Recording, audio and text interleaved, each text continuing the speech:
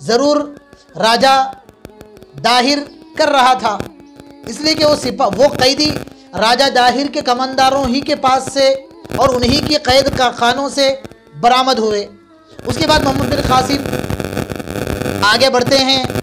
اور نیرون کا علاقہ فتح کرتے ہیں اور سیون کا علاقہ فتح ہوتا ہے۔ اس کے بعد راجہ داہر سے ایک مقام پر بڑی فیصلہ کن جنگ ہوتی ہے، جس میں راجہ داہر کے پاس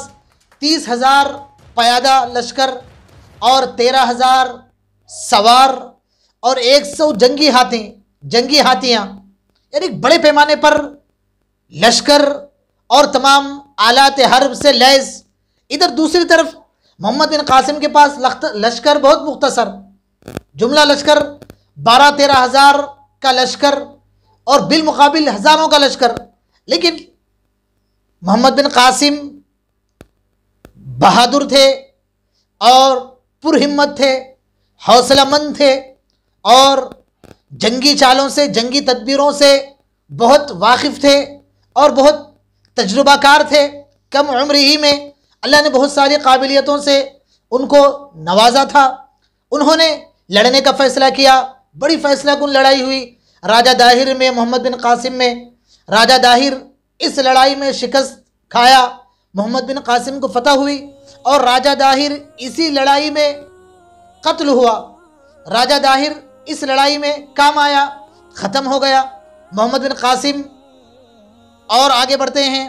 آگے بڑھ کر برہمن آباد، جس کا حاکم راجہ داہر کا بیٹا جے سینا تھا، اس کو بھی فتح کرتے ہیں۔ خلاصہ یہ کہ مختصر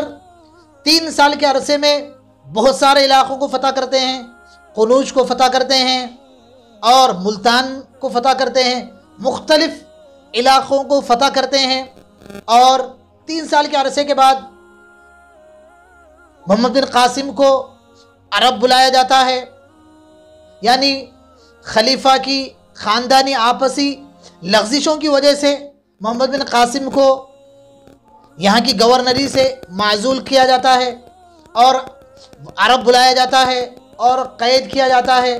اور وہاں بڑی سخت سزائیں دی جاتی ہیں، جس کی وجہ سے محمد بن قاسم کا انتقال ہوتا ہے، محمد بن قاسم فوت ہوتے ہیں۔ لیکن جب یہاں کے لوگوں کو معلوم ہوتا ہے کہ محمد بن قاسم فوت ہو چکے ہیں، محمد بن قاسم مر چکے ہیں، تو یہاں کے لوگوں پر ان کے عدل و انصاف کا، ان کے حسن سلوک کا اور احسان پروری کا اور مساوات کا بڑا گہرا اثر تھا۔ اس لیے کتاب میں فتح البلدان میں یہ بات ملتی ہے کہ محمد بن قاسم جب یہاں سے گئے تو گجرات کے علاقے میں باضابطہ محمد بن قاسم کی مورتی بنائی گئی تاکہ محمد بن قاسم کو ہم یاد رکھیں۔ تو بہرحال یہ مختصر رودات تھی محمد بن قاسم کی۔ محمد بن قاسم کے حوالے سے چند اعتراضات لوگوں میں مشہور ہیں۔ وہ اعتراضات نہ حقیقت پر مبنی ہیں، نہ ان اعتراضات کا تاریخ سے کوئی تعلق ہے، بلکہ وہ اعتراضات صرف اور صرف جھوٹ پر مبنی ہیں، وہ اعتراضات صرف تعصب پر مبنی ہیں، وہ اعتراضات صرف دھوکہ دہی پر مبنی ہیں۔ ایک اعتراض یہ کیا جاتا ہے کہ محمد بن قاسم نے یہاں لوٹنے کے لیے حملہ کیا، لوٹنے کے لیے، مال و دولت کے لیے حملہ کیا،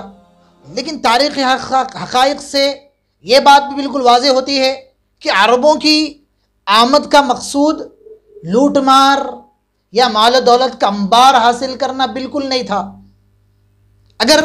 لوٹ مار مقصود ہوتا تو بغیر اطلاع کے اس ملک میں داخل ہوتے، راجہ داہر کو پہلے سے مطلع نہ کیا جاتا، راجہ داہر کو خط نہ دیا جاتا، بلکہ ڈائریکٹ حملہ کر دیتے اور لوٹ مار کرتے۔ حجاج بن یوسف کے بہت سارے خطوط محمد بن قاسم تک پہنچتے ہیں۔ جب تک محمد بن قاسم سندھ میں تھے، حجاج بن یوسف کے بہت سارے خطوط محمد بن قاسم کے پاس پہنچتے رہے ہیں،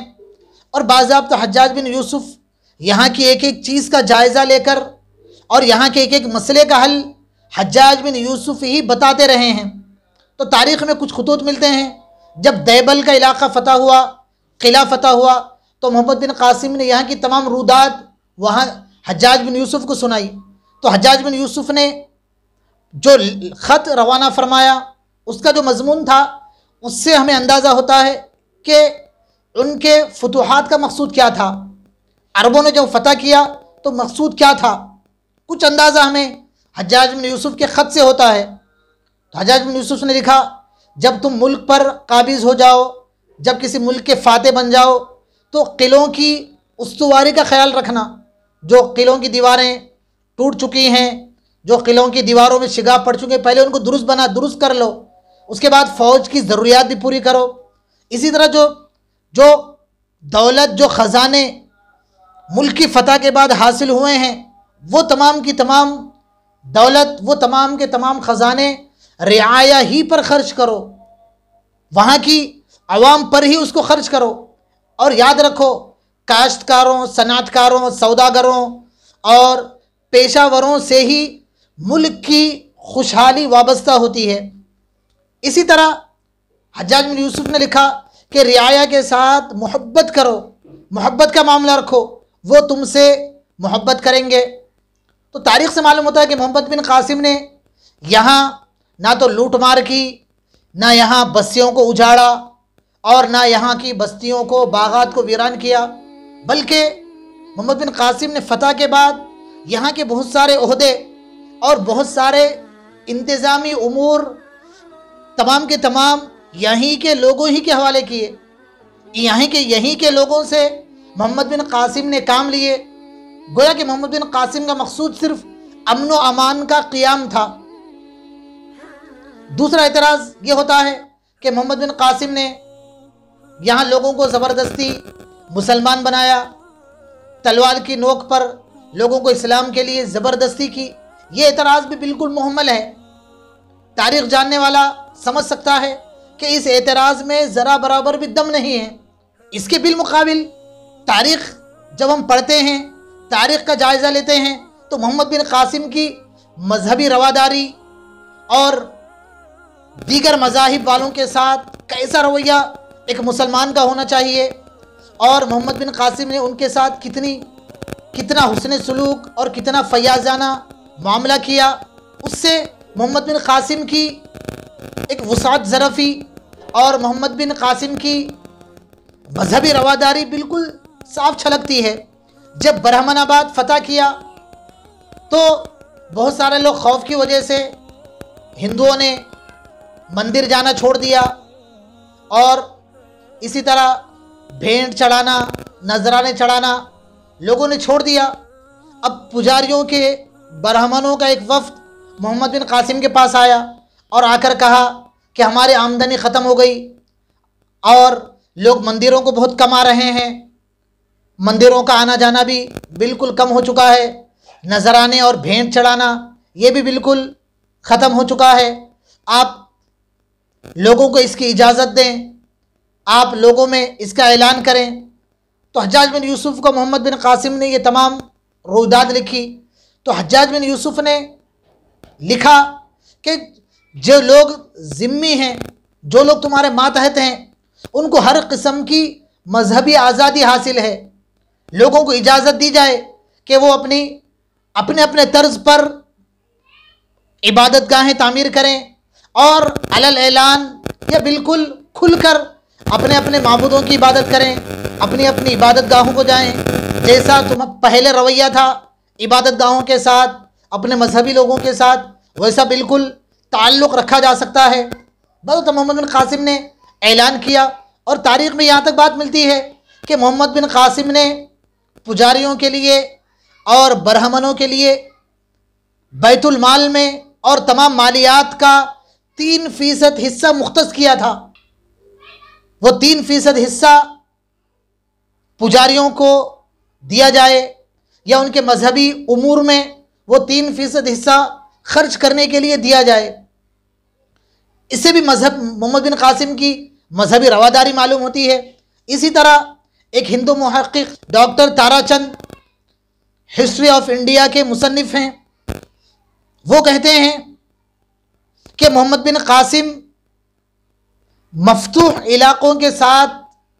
بڑے روادار تھے، اور مفتوح لوگوں کے ساتھ محمد بن قاسم کا بڑا فیاضانہ سلوک تھا، اور محمد بن قاسم نے ہندو پجاریوں کو اور برہمنوں کو مندر میں پوجا کرنے کی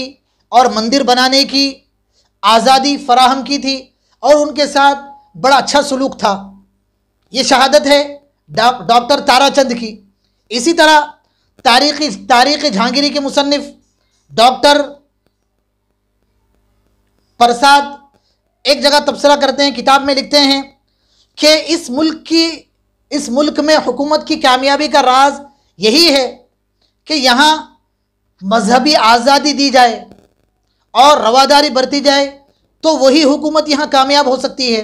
اس کے بعد لکھتے ہیں کہ جب یہاں عرب حکمران آئے تو عرب حکمرانوں نے یہ گر پہلے ہی سمجھ لیا، یہاں کے لوگوں کی نفسیات سے عرب حکمران واقف تھے،